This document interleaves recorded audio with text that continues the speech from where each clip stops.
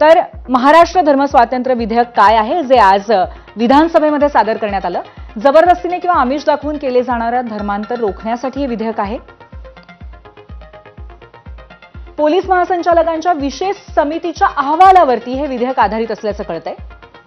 जबरदस्तीने धर्मांतर करणाऱ्याला 7 वर्षांची कैद आणि 5 लाखांचा दंड अशा पद्धतीची तरतूद याच्यात आहे।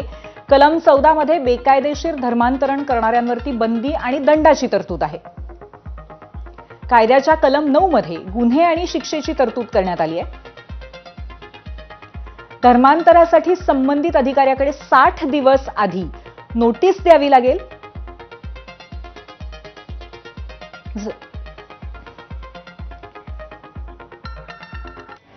इतर राज्यांमध्ये धर्मांतरासाठीची मुदत आहे ती 30 ते 60 दिवसांच्या आत आहे। आपल्या राज्यामध्ये ही मुदत 60 दिवसांची आहे आणि त्यासह 7 वर्षांचा तुरुंगवास सुद्धा याच्यामध्ये त्याची तरतूद करण्यात आली आहे। पुढच्या आठवड्यामध्ये कदाचित हा कायदा मंजूर होईलही, पण त्यासमोर आव्हानं सुद्धा असणार आहेत, तीही पाहूयात मीडिया सेंटरला।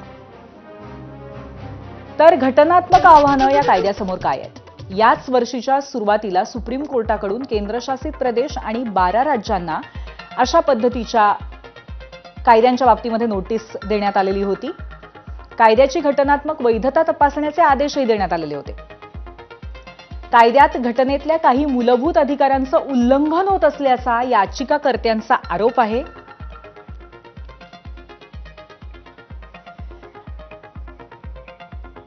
तर अशी काही आव्हानं आहेत आणि आता हीच आव्हानं पार करत हे विधेयक कायद्यामध्ये रूपांतरितही होईल आणि त्यानंतर धर्मांतर स्वातंत्र्य कायदा आणणारं 12वं राज्य महाराष्ट्र बनेल। आता पहिली 11 राज्य कोण आहेत तेही आपण पाहूयात पुन्हा एकदा मीडिया सेंटरला। आतापर्यंत ओडिशा, छत्तीसगड, अरुणाचल प्रदेश, गुजरात, मध्य प्रदेश, हिमाचल प्रदेश, झारखंड, हरियाणा, उत्तराखंड, कर्नाटक आणि उत्तर प्रदेश अशा 11 राज्यांमध्ये धर्मांतर विरोधी कायदे लागू करण्यात आलेले आहेत, अशा तरतुदी करण्यात आलेल्या आहेत।